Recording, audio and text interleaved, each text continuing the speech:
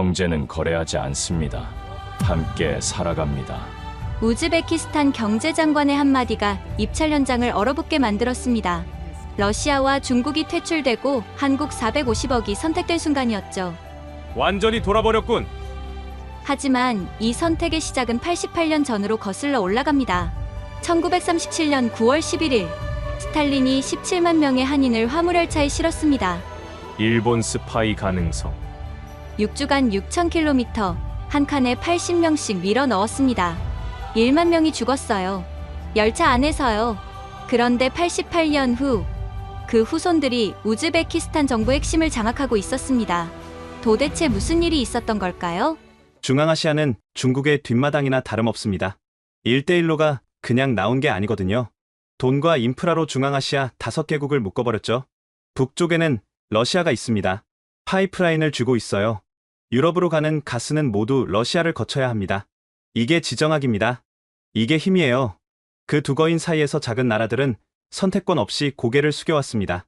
우즈베키스탄, 카자흐스탄, 투르크메니스탄 모두 마찬가지였죠. 세상은 결국 가스관과 달러로 움직인다고 모두가 믿었습니다. 그런데 믿을 수 없는 일이 벌어졌습니다. 새벽 4시가 넘은 시각, 편집장 슈테판한테서 전화가 왔습니다. 우즈베키스탄 가스전 입찰 결과 나왔어. 어느 나라가 땄는데요? 한국이 땄어. 그것도 절반 가격으로. 순간 정신이 번쩍 들었습니다. 뭐라고요? 한국이요? 가스프롬을 제치고요? 그것만이 아니야. CNPC도 떨어졌어. 둘 다 말이야.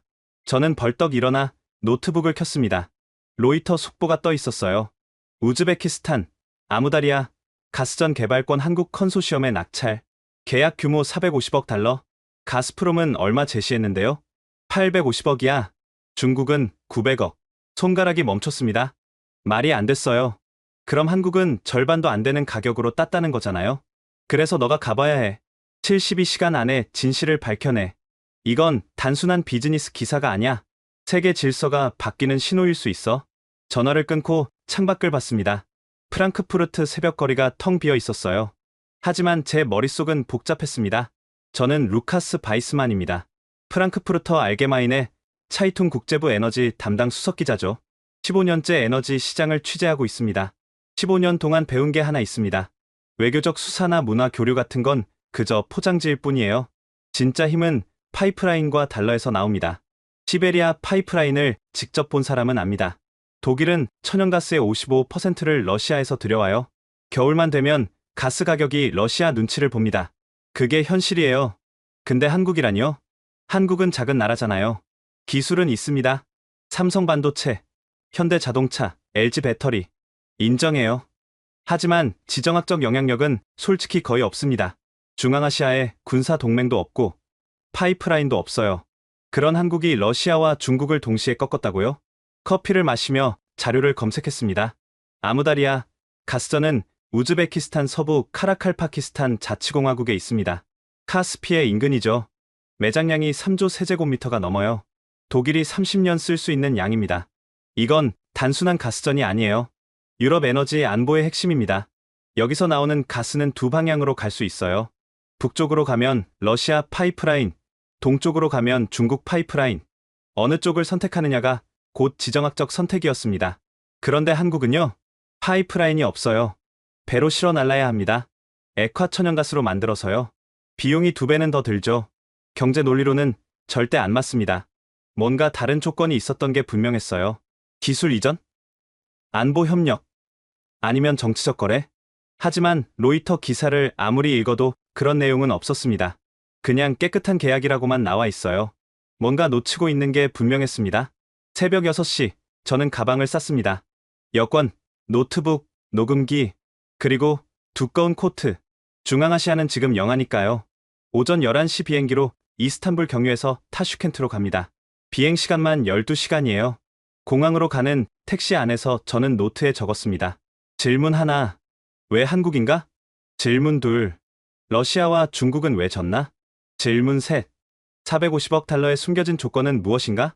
그리고 마지막 줄에 이렇게 적었습니다. 숫자는 거짓말하지 않는다. 하지만 이번엔 뭔가 놓치고 있다. 택시가 공항에 도착했습니다. 저는 가방을 메고 출국장으로 향했어요. 탑승 수속을 밟으면서 한 번 더 뉴스를 확인했습니다. 영국 파이낸셜 타임스도 속보를 띄웠더군요. 중앙아시아 에너지 지도가 바뀐다. 뉴욕타임스는 더 직설적이었어요. 크렘린과 베이징의 동시 패배. 전 세계가 이 사건을 주목하고 있었습니다. 비행기에 올랐습니다. 창밖으로 프랑크푸르트가 멀어졌어요. 그때 저는 몰랐습니다. 제가 타슈켄트에서 마주하게 될 진실이 숫자가 아니라 피라는 거요. 88년 전 화물 열차에서 흘린 피 말입니다.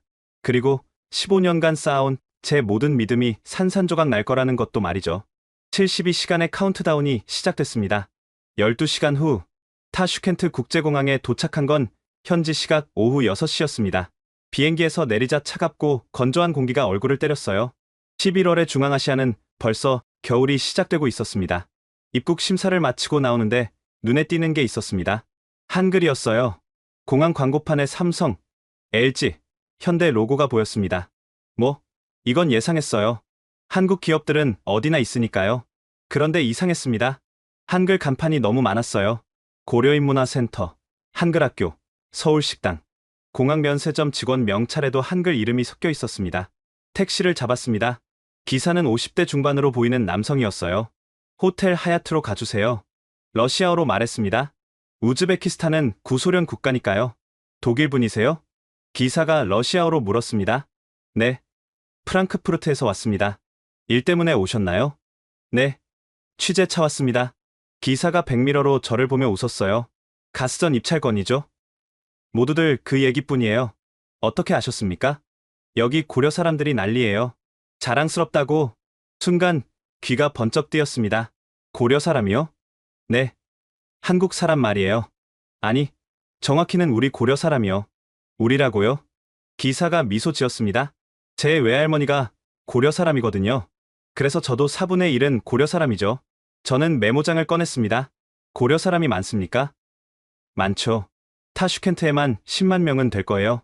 우즈베키스탄 전체로는 18만 명쯤? 차창 밖으로 거리 풍경이 지나갔습니다. 소련식 건물들 사이로 한글 간판이 보였어요. 김치찌개, 부산 식당, 서울마트. 여기 한국 사람이 많이 삽니까?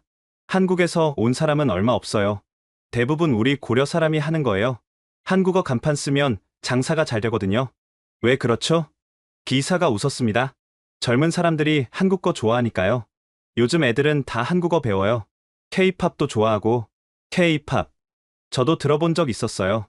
방탄소년단이니 블랙핑크니 하는 그룹들. 그런데 가스전이랑 무슨 상관이죠? 기사가 잠시 말을 멈췄습니다. 백미러로 다시 저를 보더니 조심스럽게 말했어요. 글쎄요. 근데 우리 고려 사람들은 정부에 많이 있어요. 정부에요? 네. 에너지부에도 있고 외교부에도 있고 제 처남도 정부에서 일해요. 경제 관련 부서인데 저는 펜을 든 채 멈췄습니다. 뭔가 실마리가 보이기 시작했어요. 호텔에 도착했습니다. 짐을 풀고 독일 대사관에 전화를 걸었어요. 에너지 담당 서기관 라인하르트가 받았습니다. 바이스만, 왔구만. 빨리 왔네. 상황이 어떻습니까? 혼란스러워.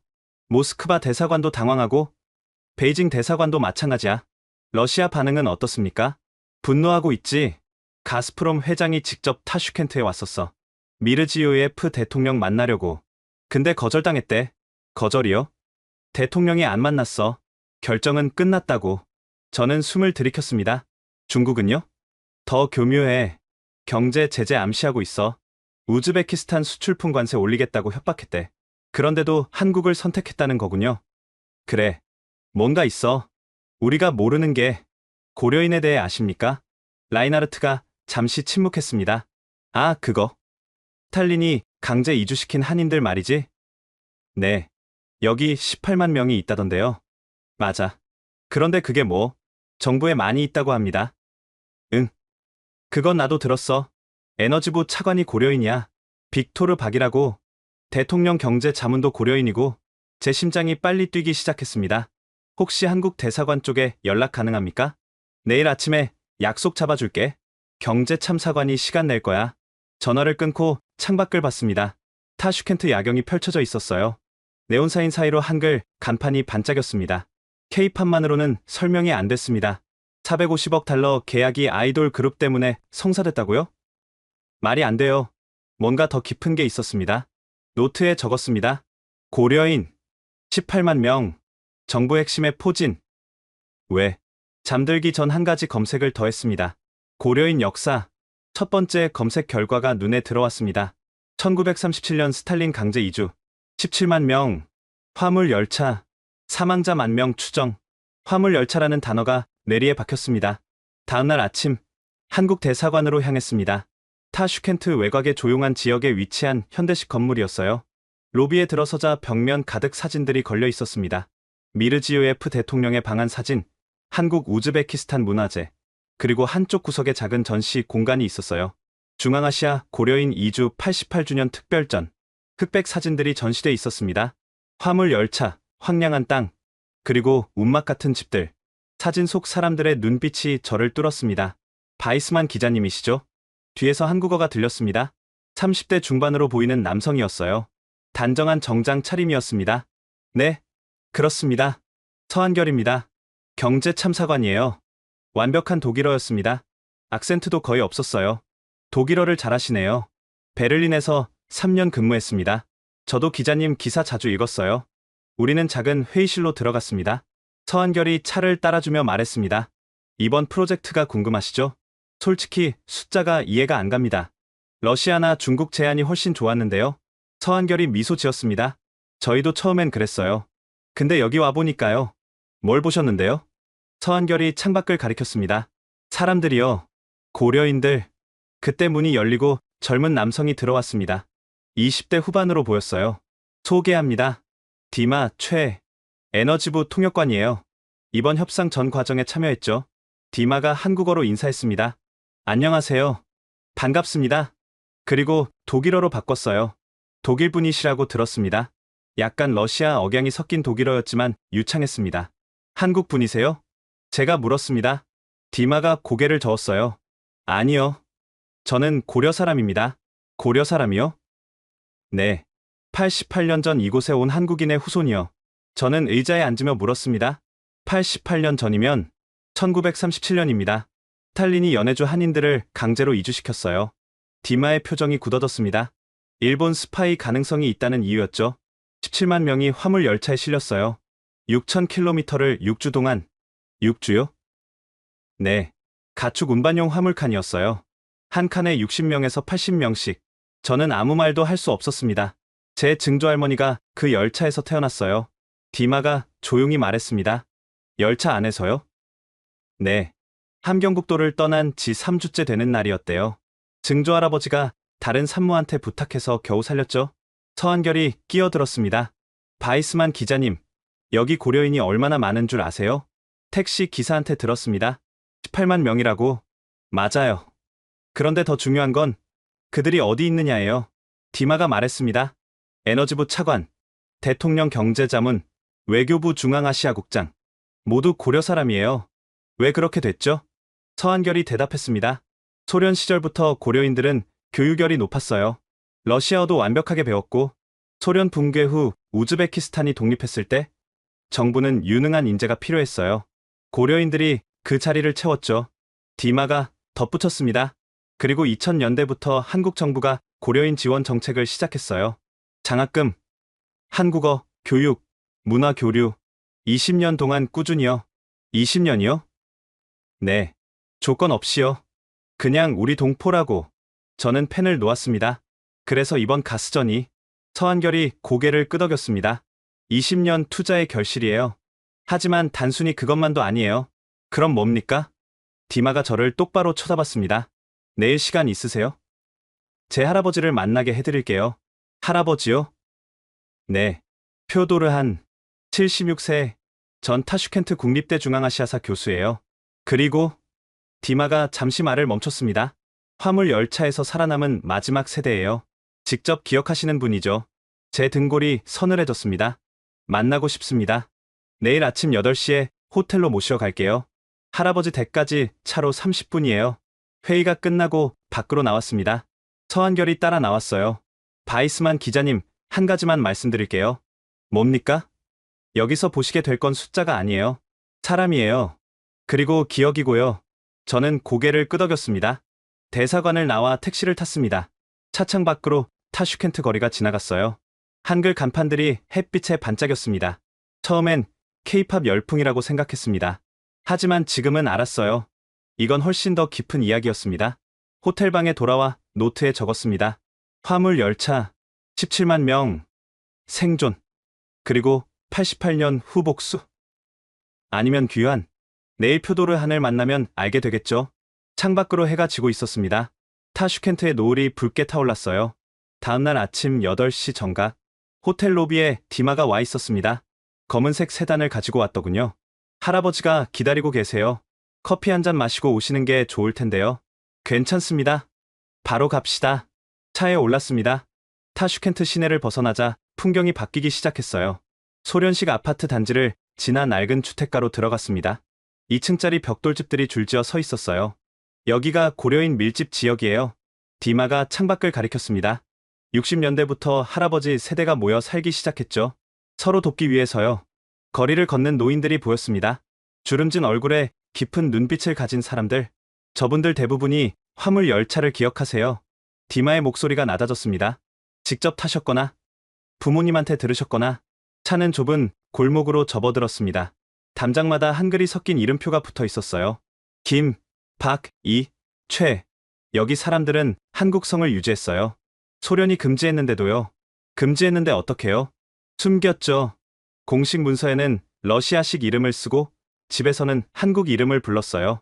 그게 정체성을 지키는 방법이었대요. 차가 작은 집 앞에 멈췄습니다. 붉은 벽돌로 지은 2층 집이었어요. 낡았지만 정갈했습니다. 마당에는 작은 텃밭이 있었고 문 옆에 한글로 쓴 이름표가 걸려 있었어요.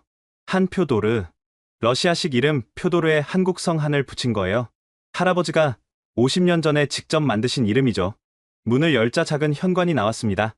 신발을 벗는 곳이었어요. 한국식이네요. 할아버지가 고집하세요. 한국 전통을 지켜야 한다고. 복도를 지나 거실로 들어갔습니다. 벽면에 사진들이 빼곡했어요. 흑백 사진, 컬러 사진, 가족 사진, 그리고 한쪽 벽에는 태극기가 걸려 있었습니다. 할아버지가 2005년에 한국에 처음 갔을 때 받은 거예요. 디마가 태극기를 보며 말했습니다. 평생 꿈이 한국에 가는 거였대요. 그날 서울거리를 걸으면서 우셨다고 하더라고요. 거실 한쪽에 작은 서재가 보였습니다. 책장 가득 책들이 꽂혀 있었어요. 바이스만 씨, 오셨습니까? 안쪽 방에서 목소리가 들렸습니다. 노인이 걸어 나왔어요. 70대 중반으로 보였습니다. 허리는 굽었지만 눈빛만은 또렷했어요. 표도르 한입니다. 반갑습니다. 완벽한 독일어였습니다. 약간 구식 억양이었지만 문법이 정확했어요. 루카스 바이스만입니다. 독일어를 어디서 배우셨습니까? 동독에서 공부했어요. 70년대에 당시 우리 고려인 학생들 몇 명이 장학금을 받았죠. 표도르가 차를 권했습니다. 앉으세요. 긴 이야기가 될 겁니다. 우리는 작은 탁자에 둘러앉았어요. 표도르가 직접 차를 따랐습니다. 디마한테 들었어요. 가스전 계약이 궁금하시다고. 네. 솔직히 이해가 안 됩니다. 표도르가 미소 지었습니다. 숫자로만 보면 이해가 안 되죠. 하지만 역사로 보면 당연한 겁니다. 역사요? 네. 88년 역사요. 표도르가 일어나 서재로 갔습니다. 낡은 상자를 하나 가지고 나왔어요. 이 안에 모든 답이 있습니다. 상자를 탁자 위에 놓았습니다. 먼지가 쌓인 나무 상자였어요. 열기 전에 하나만 물어볼게요. 표도르가 저를 똑바로 쳐다봤습니다. 바이스만 씨, 세상에서 가장 강력한 에너지가 뭐라고 생각하세요? 천연가스. 석유? 틀렸어요. 표도르가 상자 뚜껑을 열었습니다. 기억입니다. 기억보다 강한 에너지는 없어요. 상자 안에서 흑백 사진들이 나왔습니다. 그리고 낡은 천 조각, 녹슨 식기, 작은 수첩. 이제부터 제가 보여드릴 건 숫자가 아니에요. 사람입니다. 그리고 살아남은 사람들의 이야기죠. 표도르의 손이 떨렸습니다. 제 아버지 이야기입니다. 저는 녹음기를 켰습니다. 그리고 펜을 들었어요. 표도르가 첫 번째 사진을 꺼냈습니다. 가족 사진이었어요. 어린아이를 아는 부부와 노인이 서 있었습니다. 모두 웃고 있었어요. 1937년 봄에 찍은 마지막 사진입니다. 연해주 블라디보스토크 근처 우리 고향 마을에서요. 사진 속 사람들은 행복해 보였습니다. 6개월 후, 이 사람들 중 절반이 죽었어요. 표도르의 목소리가 떨렸습니다. 화물 열차 안에서요. 표도르의 이야기가 시작되기 전에 디마가 먼저 입을 열었습니다. 바이스만 씨, 제 이야기부터 해도 될까요? 할아버지 이야기를 이해하려면 제 이야기를 먼저 아셔야 할 것 같아서요. 저는 고개를 끄덕였습니다.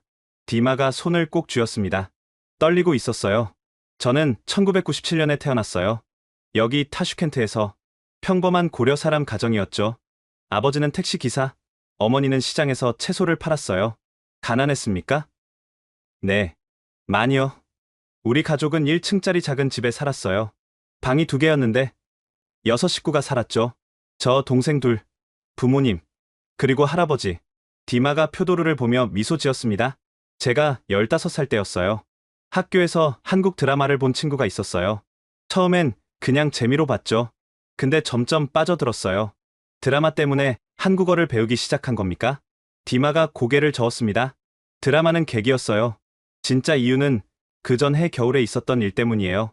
디마의 목소리가 작아졌습니다. 그해 겨울이 유난히 추웠어요. 영하 20도까지 내려갔죠. 우리 집은 난방이 제대로 안 됐어요. 밤마다 온 가족이 한 방에 모여서 잤어요. 추워서요. 어머니가 감기에 걸리셨어요. 처음엔 가벼운 감기인 줄 알았죠. 근데 점점 심해졌어요. 기침이 멈추지 않았고 피를 토하기 시작했어요. 저는 펜을 들었다 놓았습니다. 병원에 갔더니 폐렴이래요. 입원이 필요하다고 했죠. 근데 디마가 주먹을 쥐었습니다. 돈이 없었어요. 입원비가 우리 집 6개월 치수입이었거든요. 그래서요? 아버지가 택시를 팔려고 했어요. 근데 택시가 생계 수단이잖아요. 팔면 수입이 끊기는 거예요. 결국 어떻게 하셨습니까? 디마의 눈에 눈물이 고였습니다. 그때 한 중국 회사가 제안을 했어요. 우리 집을 담보로 돈을 빌려준다고. 이자가 월 10%였어요. 받으셨습니까? 아버지가 거절했어요. 이웃 마을 사람이 그렇게 집을 빼앗긴 걸 봤거든요. 중국 회사들이 그렇게 해요. 일부러 높은 이자를 주고 못 갚으면 집을 가져가죠. 그럼 어머니는 제대로 치료를 못 받으셨어요. 값싼 약만 드셨죠. 다행히 살아나셨어요. 근데 그 후유증으로 지금도 기침을 하세요. 디마가 손으로 얼굴을 가렸습니다. 그때 깨달았어요. 우리는 선택권이 없다는 걸. 러시아한테 의지하면 그들 눈치를 봐야 하고 중국한테 손 벌리면 집을 빼앗기고 그렇게 살 수밖에 없다는 거요. 표도르가 손자의 어깨를 두드렸습니다. 그래서 한국어를 배우기로 했어요. 친구한테서 들었거든요. 한국에 가면 일자리가 있다고. 공정하게 대우해준다고. 학원비는 어떻게 마련하셨습니까? 디마가 입술을 깨물었습니다. 가족 회의를 했어요. 할아버지가 먼저 말씀하셨어요. 표도르가 대신 말했습니다. 나한테 책이 좀 있었어요. 귀한 책들이었죠. 소련 시절 구한 역사책, 논문집.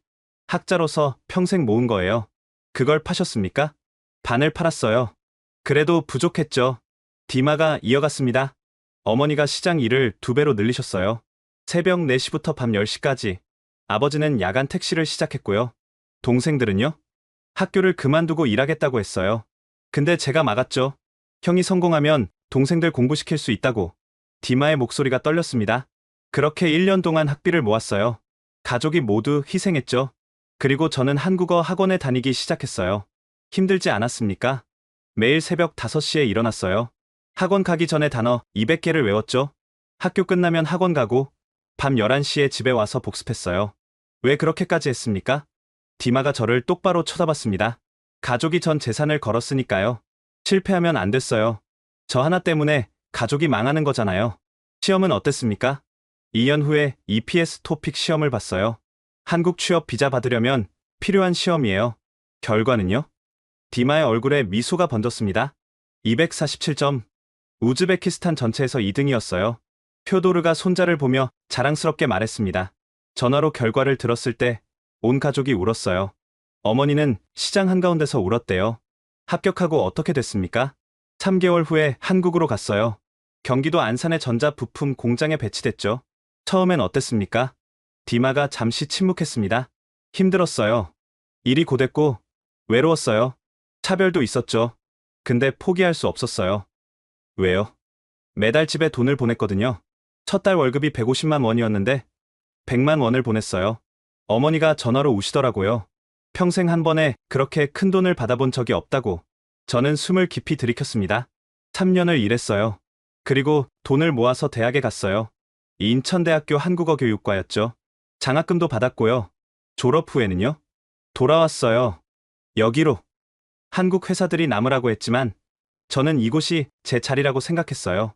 왜 돌아오셨습니까? 디마가 표도르를 보며 말했습니다. 할아버지가 말씀하셨거든요. 너가 배운 걸 여기 사람들한테 돌려줘야 한다고. 너 혼자만 잘 살면 안 된다고. 그래서 지금 에너지부에서 일하시는 거군요. 네. 통역관으로 들어왔는데 이번 가스전 협상에 참여하게 됐어요. 그리고 디마의 목소리에 자부심이 섞였습니다. 제가 한국 측 제안서를 우즈베키스탄 정부에 통역했어요. 대통령님 앞에서요. 그때 어떤 기분이었습니까? 믿기지 않았어요. 15살 때 추운 겨울밤, 아픈 어머니 걱정하며 잠 못 이루던 제가 10년 후에 1,000억 달러 계약을 통역하고 있다니 디마가 창밖을 봤습니다. 근데 더 중요한 건 그게 저만의 이야기가 아니라는 거예요. 무슨 뜻입니까? 저 같은 사람이 여기 수천 명이에요. 한국에 가서 일하고 배우고 돌아와서 이 나라를 바꾸고 있죠. 우리가 정부 핵심에 들어와 있어요. 표도르가 말했습니다. 그래서 우리가 한국을 선택한 거예요. 한국은 우리한테 기회를 줬어요. 10년, 20년 전부터요. 조건 없이. 저는 손이 떨렸습니다. 녹음기를 확인하며 물었습니다. 그럼 이번 가스전 계약은? 디마가 단호하게 말했습니다. 갚는 거예요. 한국이 우리한테 준 기회를 이제 우리가 돌려주는 거죠. 침묵이 흘렀습니다. 표도르가 일어나며 말했습니다. 이제 제 이야기를 해드릴게요. 왜 우리가 여기 있는지, 그리고 왜 우리가 절대 잊을 수 없는지. 표도르가 작은 방으로 들어가더니 낡은 상자를 가지고 나왔습니다. 먼지가 쌓인 나무 상자였어요. 이 안에 우리 가족 역사가 있어요. 상자를 열자 흑백 사진들이 나왔습니다. 그리고 낡은 천 조각, 녹슨 식기, 작은 수첩. 이게 제 아버지 유품이에요. 표도르가 한 사진을 꺼냈습니다.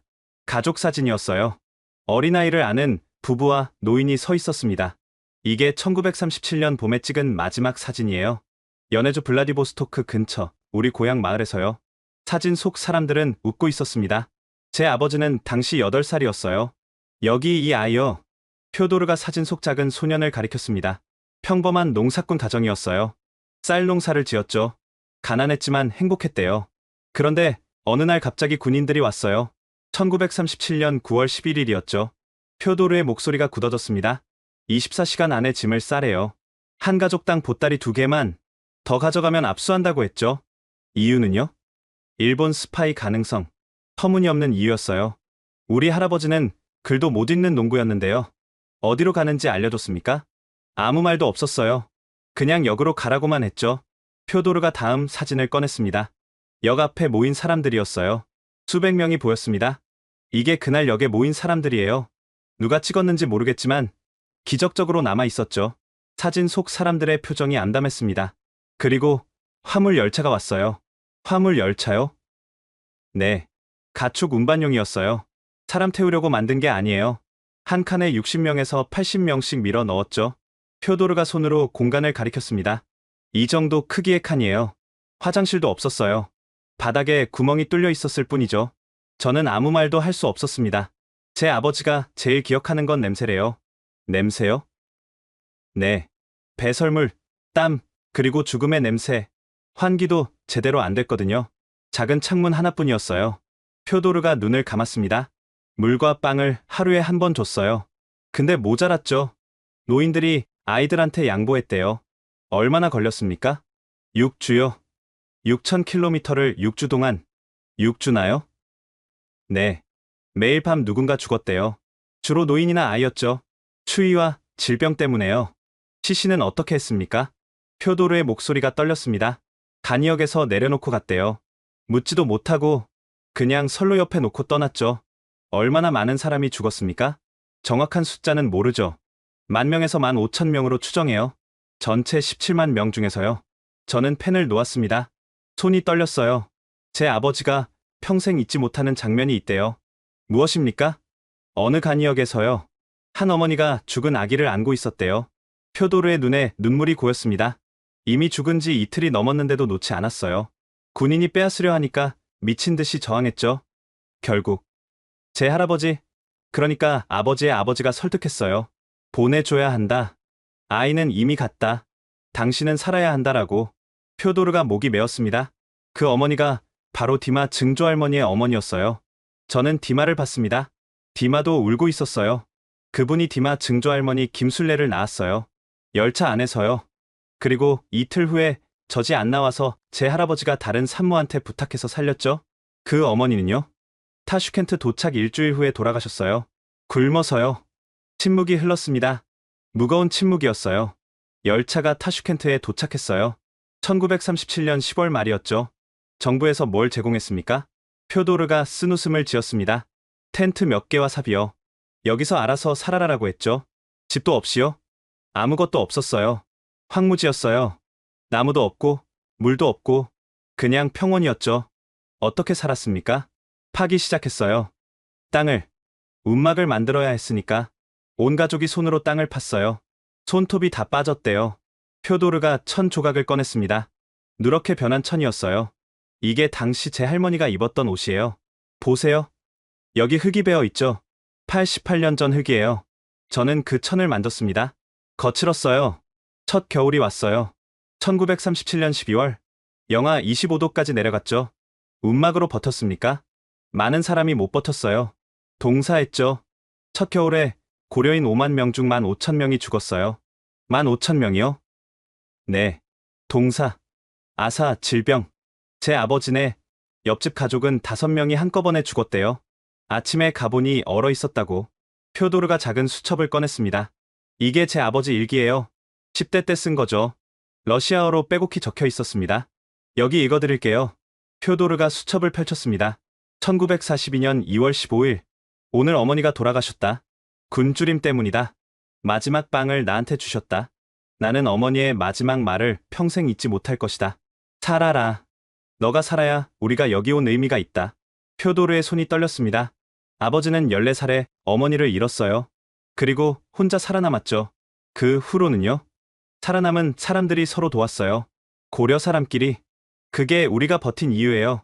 서로가 서로한테 가족이 됐죠. 표도르가 또 다른 사진을 꺼냈습니다. 1950년대로 보이는 사진이었어요. 이게 우리 공동체예요. 보세요. 집들이 조금 나아졌죠? 10년 걸렸어요. 10년 동안 맨손으로 마을을 만들었어요.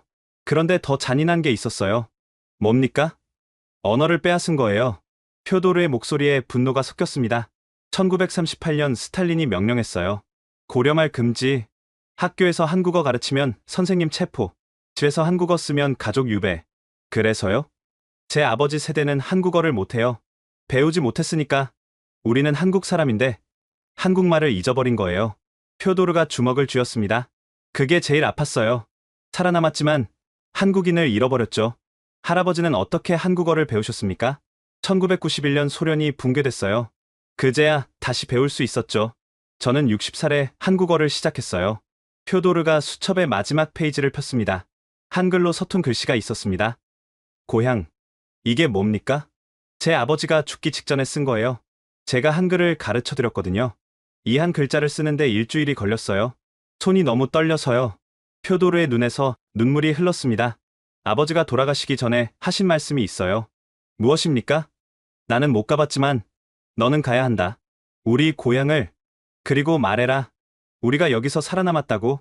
우리를 잊지 말아달라고. 가보셨습니까? 2005년에 처음 갔어요. 한국 정부 초청으로요. 서울에 갔을 때 저는 길에서 울었어요. 왜요? 한글이 보였거든요. 간판에, 표지판에, 어디에나 우리가 80년 동안 잊고 살았던 글자가. 그리고 깨달았어요. 우리는 잊혀졌지만 한국은 우리를 기다리고 있었구나. 표도르가 저를 똑바로 쳐다봤습니다. 그래서 이번에 우리가 한국을 선택한 거예요. 돈이 아니에요. 파이프라인도 아니고 기억이에요. 한국은 우리를 기억해줬어요. 88년 동안 저는 녹음기를 끄지 못했습니다. 손이 떨려서요. 표도르가 일어나 작은 방으로 들어갔습니다. 이제 보여드릴 게 있어요. 제 평생 연구 결과죠. 문이 열리자 작은 서재가 나타났습니다. 벽면 전체가 책으로 가득했어요. 낡은 책들, 논문 더미, 지도들이 쌓여 있었습니다. 40년 동안 연구했어요. 왜 우리가 여기 있는지, 그리고 우리가 누구인지를요. 표도르가 큰 지도를 펼쳤습니다. 낡은 실크로드 지도였어요. 바이스만 씨, 우리 고려 사람과 한국의 인연이 언제부터 시작됐는지 아세요? 1937년 아닙니까? 표도르가 고개를 저었습니다. 그건 비극의 시작일 뿐이에요. 진짜 인연은 훨씬 오래전이에요. 표도르가 지도의 한 지점을 가리켰습니다. 여기가 사마르칸트예요. 우즈베키스탄의 고대 도시죠. 그리고 여기가 평양. 그는 빨간 선을 그었습니다. 사마르칸트에서 평양까지 5세기에서 7세기. 고구려 시대에 이미 교역로가 있었어요. 실크로드의 동쪽 끝이 평양이었죠. 증거가 있습니까? 표도르가 오래된 논문을 꺼냈습니다. 2015년 사마르칸트 발굴 현장에서 고구려식 도자기가 나왔어요. 여기 사진 보세요. 사진 속에 독특한 무늬의 도자기가 있었습니다. 이게 고구려 유물이라는 게 확인됐어요. 탄소연대 측정 결과 6세기 것으로 나왔죠. 저는 놀라서 사진을 자세히 봤습니다. 그럼 1500년 전에 이미 네, 고구려와 중앙아시아는 연결돼 있었어요. 비단, 도자기, 철기를 교역했죠. 표도르가 다음 자료를 펼쳤습니다. 더 흥미로운 건 언어예요. 언어요? 우즈베거에 한국어에서 온 단어가 23개 있어요. 제가 직접 조사했죠. 표도르가 목록을 보여줬습니다. 비단, 도자기, 표, 쌀, 장인. 이런 단어들이 한국어 어원이에요. 그게 우연일 수도 있지 않습니까? 처음엔 저도 그렇게 생각했어요. 근데 발음 구조가 똑같아요. 음운 변화 패턴도 일치하고요. 언어학적으로 차용어가 맞아요. 표도르가 책장에서 두꺼운 책을 꺼냈습니다. 그리고 이게 결정적이에요. 책을 펼치자 고대 문서 사본이 나왔습니다. 13세기 몽골 제국 기록이에요. 고려와 몽골의 교류를 상세히 기록했죠. 고려는 몽골 제국의 동쪽 파트너였어요. 혼인 동맹도 맺었고 기술자들이 왔다 갔다 했죠. 그럼 역사적으로 한국과 중앙아시아는 형제였어요. 1000년 넘게요. 표도르가 창밖을 보며 말했습니다. 그래서 1937년이 더 비극이었어요. 우리는 강제로 끊긴 거예요. 1000년 인연이 스탈린 한 사람 때문에 잘린 거죠. 디마가 끼어들었습니다. 하지만 완전히 끊기지는 않았어요. 무슨 뜻입니까? 할아버지, 2000년대 이야기 해주세요. 표도르가 고개를 끄덕였습니다. 2005년 한국 정부가 고려인 정책을 시작했어요. 처음엔 작았죠. 문화원 하나, 장학금 100명. 하지만 매년 늘어났어요. 2010년엔 문화원이 5개가 됐고 장학금이 500명이 됐죠. 지금은 매년 2000명이 한국어 교육 지원을 받아요. 비용은 얼마나 듭니까? 연간 200만 달러 정도요. 20년 동안 총 4천만 달러쯤 투자했을 거예요. 작은 금액이었습니다. 가스전 계약에 비하면요. 그런데 놀라운 건 조건이 없었다는 거예요. 조건이요? 네. 다른 나라들은 뭔가 요구하잖아요. 자원 접근권, 정치적 양보, 군사 협력. 근데 한국은 그런 거 없었어요. 정말 아무 조건도 없었습니까? 딱 하나 있었어요. 뭡니까? 졸업 후 우즈베키스탄으로 돌아오라는 것. 표도르가 웃었습니다. 한국은 우리 인재를 빼가지 않았어요. 오히려 교육시켜서 돌려보냈죠. 우즈베키스탄을 발전시키라고. 왜 그랬을까요? 진짜 형제였으니까요.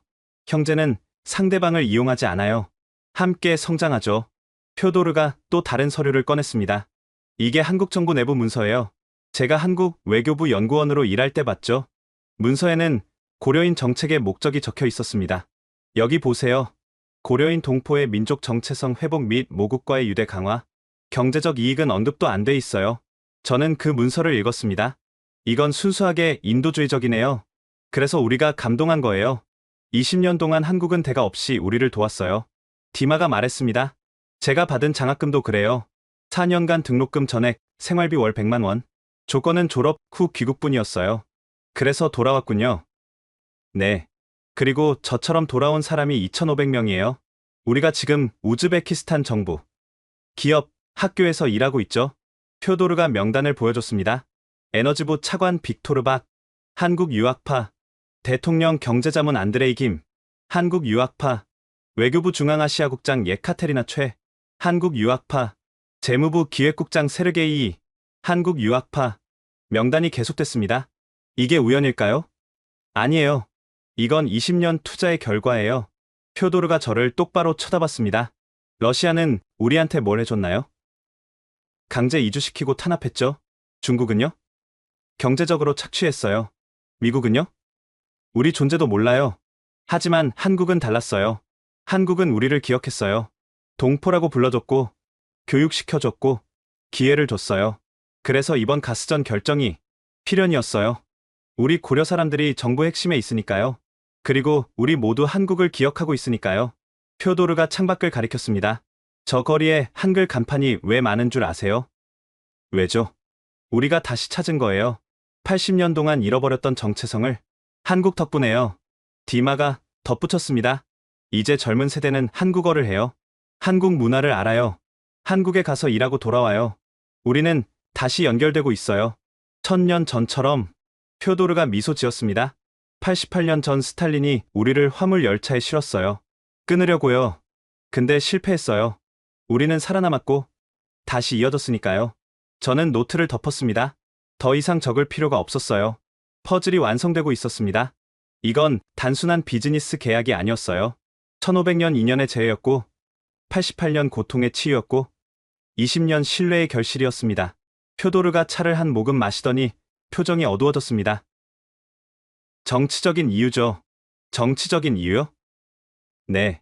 러시아와 중국이 우리한테 뭘 하고 있는지 아세요? 표도르가 서재에서 파일을 꺼냈습니다. 신문 스크랩과 문서들이 가득했어요. 이것부터 보세요. 첫 번째 문서는 2014년 기사였습니다. 크림반도 병합 때 러시아가 우리한테 요구했어요. 우크라이나를 지지하지 마라. 안 그러면 가스 공급을 끊겠다. 우즈베키스탄이 러시아 가스에 얼마나 의존합니까? 30%요. 겨울 난방의 절반이 러시아 가스예요.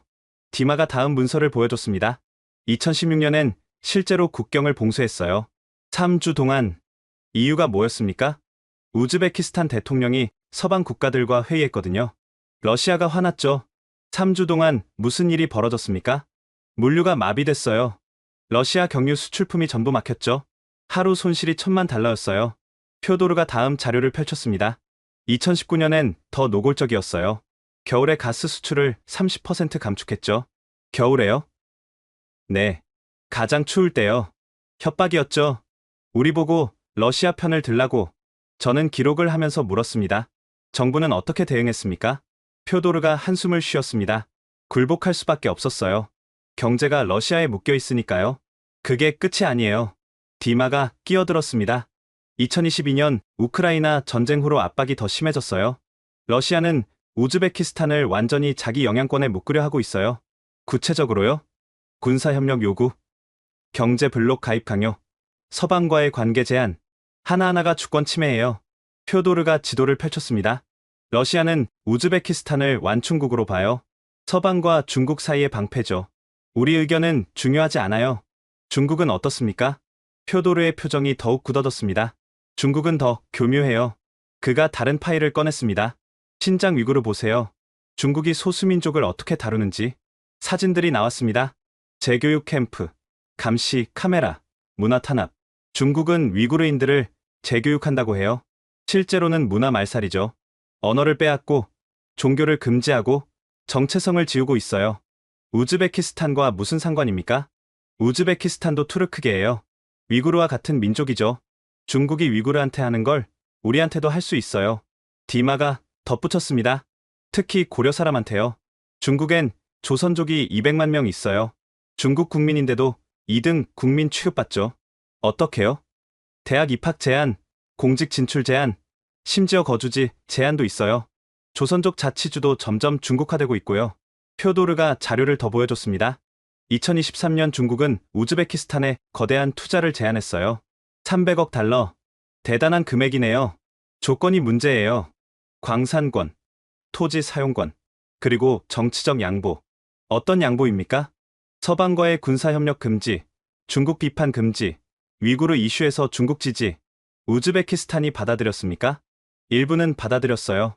거부하면 경제 제재가 오니까요. 디마가 자신의 휴대폰을 꺼냈습니다. 작년에 있었던 일이에요. 영상을 보여줬습니다. 타슈켄트 중심가 시위였어요. 이게 뭡니까? 중국 대사관 앞 시위예요. 위구르 탄압 항해 집회였죠. 영상 속에서 젊은이들이 피켓을 들고 있었습니다. 위구르는 우리 형제, 문화 말살 반대. 경찰이 진압했어요. 중국 요청 때문이었죠. 표도르가 말했습니다. 이게 우리 현실이에요. 러시아와 중국 사이에 끼인, 둘 다 우리를 압박하고, 둘 다 우리를 무시해요. 유럽은요? 미국은요? 표도르가 쓴웃음을 지었습니다.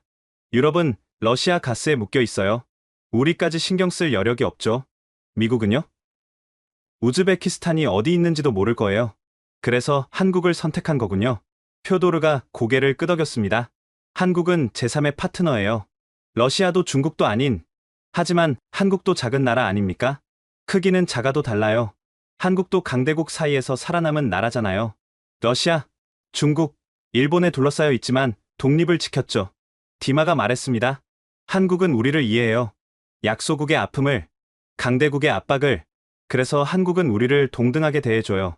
표도르가 창밖을 가리켰습니다. 88년 전 우리 조상들은 선택권이 없었어요. 스탈린이 화물 열차에 실었고 우리는 그냥 끌려갔죠. 하지만 지금 우리 세대는 선택할 수 있어요. 그의 목소리가 높아졌습니다. 러시아의 압박도 중국의 회유도 거절할 수 있어요. 왜냐하면 이제 우리한테 제3의 선택지가 있으니까. 한국이요. 이번 가스전 계약이 그 상징이군요. 맞아요. 이건 단순히 돈 문제가 아니에요. 독립선언이에요. 우리는 더 이상 러시아와 중국 사이에서 눈치만 보며 사는 나라가 아니라고. 디마가 덧붙였습니다. 그리고 그게 가능했던 건 우리 고려 사람들이 정부 핵심에 있기 때문이에요. 우리가 결정권을 쥐고 있으니까요. 다른 우즈벡 사람들은 어떻게 생각합니까? 환영해요. 러시아와 중국 압박에 다들 지쳤거든요. 새로운 파트너를 원했어요. 표도르가 마지막 문서를 보여줬습니다. 이게 여론조사 결과예요. 한국 기업과 협력하는 것에 대해 85%가 찬성했어요. 왜 그렇게 높습니까? 한국은 식민 지배를 안 했고, 우리를 압박하지 않았고, 지난 20년간 계속 도와줬으니까요. 저는 노트를 보며 정리했습니다. 러시아의 압박, 중국의 회유, 서방의 무관심. 그 사이에서 우즈베키스탄은 새로운 파트너를 찾았습니다. 한국을요. 그리고 그 결정을 내린 건 88년 전 화물 열차에서 살아남은 사람들의 후손이었습니다. 내일 대통령 경제자문을 만나세요. 표도르가 말했습니다. 안드레이 김. 그분이 최종 결정권자예요. 그분 이야기를 들으면 모든 퍼즐이 맞춰질 거예요. 다음날 오전 대통령궁 별관으로 향했습니다. 디마가 안내했어요. 웅장한 건물이었지만 내부는 생각보다 소박했습니다. 3층 복도를 지나 작은 회의실에 들어갔어요. 한 남성이 일어나 악수를 청했습니다. 안드레이 김입니다. 대통령 경제자문이에요. 60대 초반으로 보였습니다. 단정한 정장에 날카로운 눈빛이었어요. 루카스 바이스만입니다. 시간 내주셔서 감사합니다. 표도르 선생한테 들었어요. 우리 이야기를 취재하러 오셨다고. 완벽한 독일어였습니다. 독일어를 어디서 배우셨습니까? 동베를린에서 공부했어요. 80년대에 당시 동독정부 장학금을 받았죠. 우리는 자리에 앉았습니다. 안드레이가 직접 차를 따라줬어요. 바이스만 씨, 궁금한 거 있으면 뭐든 물어보세요. 솔직히 답하겠습니다. 저는 녹음기를 켰습니다. 450억 달러는 터무니없이 적습니다. 왜 한국을 선택하셨습니까? 안드레이가 미소 지었습니다. 독일 기자답게 직설적이시네요. 좋아요. 솔직히 말씀드리죠. 그가 테이블 위에 서류 두 뭉치를 올렸습니다. 왼쪽이 러시아 제안서예요. 오른쪽이 한국 제안서죠. 러시아 제안서는 두꺼웠습니다. 120페이지쯤 됐어요. 러시아 안을 보세요. 850억 달러. 최신 기술, 인프라 지원. 경제적으론 확실히 좋았죠. 그런데요. 조건이 100개가 넘었어요. 안드레이가 몇 페이지를 펼쳤습니다. 집단안보조약기구 가입, 미군 기지 반대 성명, 서방과의 군사, 협력 제한, 우크라이나 이슈에서 러시아 지지. 정치적 요구가 많았군요. 정치적 요구만이 아니에요. 경제적 종속이었죠. 가스 판매권의 70%를 러시아 회사가 갖고, 파이프라인 관리권도 러시아가 쥐고, 사실상 식민지 계약이네요. 맞아요. 돈은 많이 주지만 우리 주권을 팔라는 거였죠. 안드레이가 한국 제안서를 펼쳤습니다. 얇았어요. 35페이지였습니다. 한국 안을 보세요. 조건이 3가지뿐이에요. 무엇입니까? 첫째, 공정한 이익 배분 5대5. 둘째, 환경 기준 준수. 셋째, 현지 인력 고용 우선. 정치적 요구는요? 없어요. 한 줄도. 저는 두 제안서를 비교했습니다. 확연히 달랐어요. 강요회의에서 처음엔 러시아안이 유력했어요. 숫자만 보면 그게 당연했죠. 그런데 왜 한국을 선택하셨습니까? 안드레이가 창밖을 봤습니다. 제 개인적 경험을 말씀드려도 될까요? 물론입니다. 2010년 한국에 갔었어요. 당시 대통령 특사 자격으로요. 공식 방문이었습니까? 네. 청와대에서 한국 장관을 만났어요. 경제부총리였죠. 안드레이의 목소리가 부드러워졌습니다. 회의가 끝나고 장관이 제 손을 잡더니 한국어로 말했어요. 뭐라고 하셨습니까? 고려인 동포님, 오셨습니까? 힘드셨죠? 안드레이의 눈시울이 붉어졌습니다.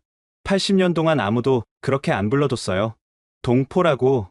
러시아는 우릴 고려에츠, 고려놈이라 불렀어요. 중국은 숫자로 취급했죠. 근데 한국은 가족이라고 불렀어요. 침묵이 흘렀습니다. 그날 호텔로 돌아와서 울었어요. 60년 인생에서 처음으로 느꼈어요. 내가 누군가한테 소중한 존재라는 걸. 그게 결정에 영향을 주셨습니까? 물론이죠. 하지만 그게 다가 아니에요. 안드레이가 다시 서류를 펼쳤습니다. 지난 20년간 한국이 우리한테 한 일을 보세요. 목록이 나왔습니다. 2005년부터 매년 장학금, 한국어, 교육 지원, 문화원 운영, 총 4천만 달러 투자했어요. 4천만 달러면 작은 금액이네요. 맞아요. 가스전 계약의 1000분의 1도 안 돼요. 근데 중요한 건 조건이 없었다는 거예요. 정말 아무 조건도 없었습니까? 딱 하나 있었어요. 교육받은 사람들이 우즈베키스탄으로 돌아오라는 것. 안드레이가 웃었습니다. 한국은 우리 인재를 빼가지 않았어요. 오히려 교육시켜서 돌려보냈죠. 이 나라를 발전시키라고. 왜 그랬을까요? 진짜 형제니까요. 형제는 상대방을 이용하지 않아요. 함께 성장하죠. 안드레이가 몸을 앞으로 기울였습니다. 바이스만 씨, 질문 하나 할게요. 말씀하세요. 당신은 형제와 거래합니까? 아니면 파트너와 거래합니까? 파트너와 거래하죠. 틀렸어요. 형제와는 거래 안 해요. 함께 살아갑니다. 그 문장이 회의실에 울렸습니다. 러시아와 중국은 파트너가 되고 싶어 했어요. 아니, 정확히는 주인이 되고 싶어 했죠. 그들에게 우즈베키스탄은 가스전이었어요. 자원이었고 전략적 거점이었어요. 한국은 달랐습니까? 한국은 형제가 되고 싶어 했어요. 그들에게 우즈베키스탄은 사람이었어요. 88년 전 헤어진 가족이었죠. 안드레이가 주먹을 쥐었습니다. 강요회의에서 제가 말했어요. 돈으로만 따지면 러시아가 낫습니다. 하지만 우리 존엄으로 따지면 한국입니다. 우리는 가스전이 아니라 나라입니다. 동등한 파트너로 대우받을 권리가 있습니다. 반대는 없었습니까? 있었죠. 재무장관이 숫자를 들이댔어요. 400억 달러 차이를 어떻게 메우냐고. 어떻게 설득하셨습니까? 이렇게 물었어요. 400억 달러 받고 러시아 속국이 될 겁니까? 아니면 독립국으로 남을 겁니까? 회의실이 조용해졌어요. 모두 알았거든요. 제 말이 맞다는 걸. 안드레이가 미소 지었습니다. 그리고 한 가지를 더 말했죠. 이 회의실에 있는 사람 중 절반이 고려 사람입니다. 우리 할아버지들이 화물 열차에서 살아남은 이유가 뭡니까? 언젠가 우리가 선택할 수 있는 날이 오라고요. 그날이 바로 오늘입니다. 그래서 결정됐습니까? 대통령이 직접 결정했어요. 한국으로 간다. 안드레이가 저를 똑바로 쳐다봤습니다. 바이스만 씨, 이해하시겠어요? 이건 비즈니스 거래가 아니에요. 88년 만의 귀환이에요. 저는 고개를 끄덕였습니다. 한 가지만 더 물어보겠습니다. 러시아와 중국의 보복이 두렵지 않으십니까? 안드레이가 웃었습니다. 두렵죠. 당연히. 하지만 이제 우린 혼자가 아니에요. 한국이 있으니까. 한국이 군사적으로 보호해줄 수 있습니까? 군사력만이 보호가 아니에요. 경제적 파트너십, 기술 협력, 국제사회 지지. 그게 진짜 안보예요. 그리고 무엇보다 안드레이가 창밖을 가리켰습니다. 우리 국민이 원해요. 특히 젊은 세대가요. 러시아와 중국이 아닌 새로운 미래를요. 내일 조인식이 있어요. 오세요. 역사적 순간이니까. 다음날 대통령궁 대강당은 사람들로 가득했습니다. 양국 국기가 나란히 걸려 있었어요. 한국 태극기와 우즈베키스탄 국기, 한국 산업부 장관과 우즈베키스탄 에너지부 장관이 단상에 올랐습니다. 하지만 제 눈길은 다른 곳으로 갔어요. 단상 옆에 선 디마였습니다. 양복을 차려입은 디마는 긴장한 표정이었어요. 카메라 플래시가 터졌습니다. 두 장관이 계약서에 서명했어요. 450억 달러짜리 서명이었지만 분위기는 무겁지 않았어요. 오히려 따뜻했습니다. 미르지요예프 대통령이 연단에 섰습니다. 오늘은 단순한 비즈니스 조인이 아닙니다. 그의 목소리가 강당에 울렸어요. 88년 전 떠나간 사람들이 다시 돌아온 날입니다. 화물 열차가 아니라 협력으로, 고통이 아니라 희망으로. 관중석에 앉은 고려인들이 눈물을 닦았습니다. 우즈베키스탄은 오늘 선택했습니다. 돈이 아니라 존엄을, 종속이 아니라 파트너십을. 박수가 터져 나왔어요. 한국 장관이 연단에 올랐습니다. 고려인 동포 여러분. 그 한마디에 강당이 조용해졌어요. 88년을 기다렸습니다. 화물 열차에서 헤어진 가족들을 이제 다시 만났습니다. 한국 장관의 목소리가 떨렸습니다. 한국은 약속합니다. 우즈베키스탄과 함께 가겠습니다. 동등한 파트너로, 진정한 형제로, 강당이 우레와 같은 박수로 가득 찼습니다. 그때 안드레이 김이 일어났습니다. 특별 발표 있겠습니다. 디마가 단상으로 걸어갔어요. 손이 떨리고 있었습니다.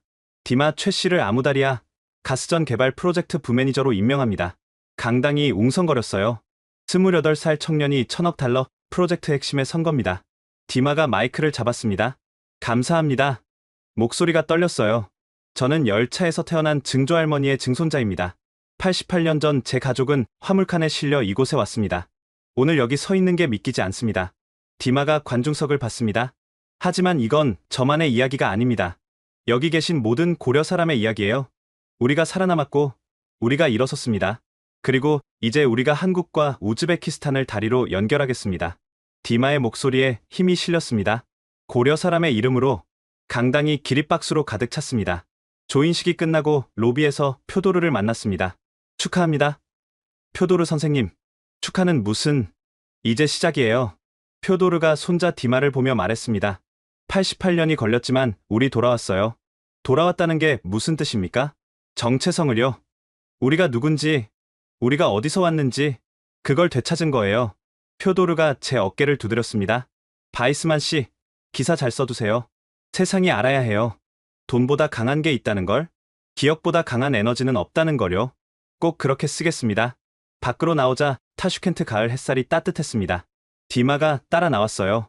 바이스만 씨, 3개월 후에 다시 오세요. 왜요? 프로젝트 착공식이 있거든요. 그리고 디마가 미소 지었습니다.